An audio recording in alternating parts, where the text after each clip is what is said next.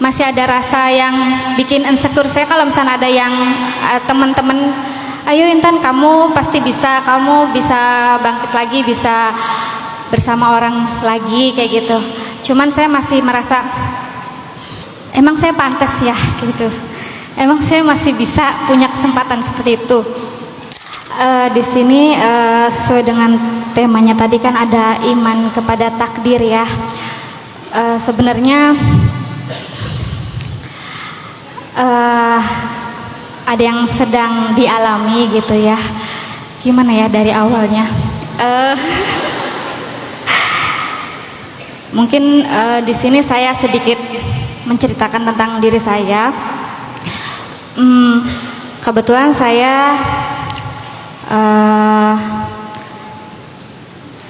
sudah single. Singlenya ini dikarenakan beberapa hal yang membuat saya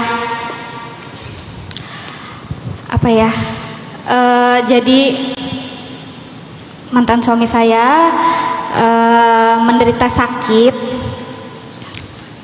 namun saya sudah memperjuangkan dan berusaha sebaik mungkin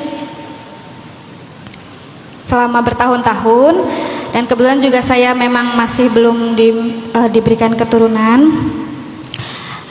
Akhirnya diputuskanlah saya jadi bahasanya meninggalkan atau apa ya, berpisah lah ya. Namun saya sudah sebisa mungkin meyakini bahwa Intan nggak apa-apa, ini insya Allah takdir terbaik. Udah sebisa mungkin menerima takdir itu gitu kan ya. Namun berjalannya waktu, seperti yang tadi Ustadz bilang, kita masih ada rasa insecure ya terhadap diri kita, apalagi dalam keadaan mantan suami yang masih belum sembuh. Saya sudah meninggalkan, saya masih merasa bersalah, ada rasa perasaan selalu bersalah dan masih dihantui, masih selalu bermimpi. Walaupun saya sudah mencoba, insya Allah saya ikhlas dengan keadaan sekarang gitu kan.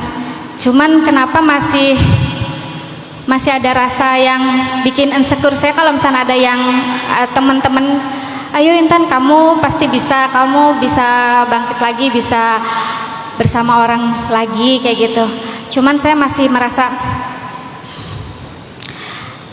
emang saya pantas ya gitu, emang saya masih bisa punya kesempatan seperti itu. Intinya seperti itu. Baik, boleh tanya nggak Mbak siapa? Mbak Intan. Tapi kalau nggak dijawab juga nggak apa-apa. Sekarang yang ngerawat suami siapa? Ayah mertua, ayahnya. Keluarganya ya? Iya. Saya ngerti, pasti itu berat banget lah. Pasti bagi Mbak Intan itu nggak mudah. Makanya kita sebagai orang lain dalam hidup itu jangan mudah sekali untuk menghakimi orang lain. Saya kalau dengar cerita apapun dari orang lain, ya saya coba netral aja. Saya nggak mencoba menjadi hakim di sini untuk menilai siapa yang benar, siapa yang salah. Ada kondisi-kondisi yang kita nggak ngerti dan itu terlalu detail untuk dijelaskan ke publik. Mbak Intan, suami, keluarga pasti lebih tahu kondisinya. Saya pengen cuman merespon kata merasa bersalah, karena kata merasa bersalah itu masalah yang bisa membuat kita benar-benar nggak mudah untuk menjalani hidup. Rasa bersalah itu kayak hantu, kemanapun kita pergi dia kayak ada yang ngikutin, dan itu membebani kita banget. Itu membuat kita rendah diri, membuat kita ngerasa nggak berguna. Lama-lama nanti kalau dibiarkan muncul penyakit mental problem yang bisa membuat kita makin terganggu. Makanya kita pengen cari tahu gimana ya menebus rasa bersalah ini. Ini bukan dalam rangka ngejudge ya, tapi lebih ke menotis kalimat rasa bersalah. Sebaik-baik cara untuk menebus rasa bersalah adalah bayar dengan kebaikan-kebaikan di masa sekarang. Fokuslah dengan kebaikan, fokuslah dengan berbuat baik, fokuslah membantu orang lain, fokuslah, mungkin itu trigger kita untuk menjadi seseorang yang berguna.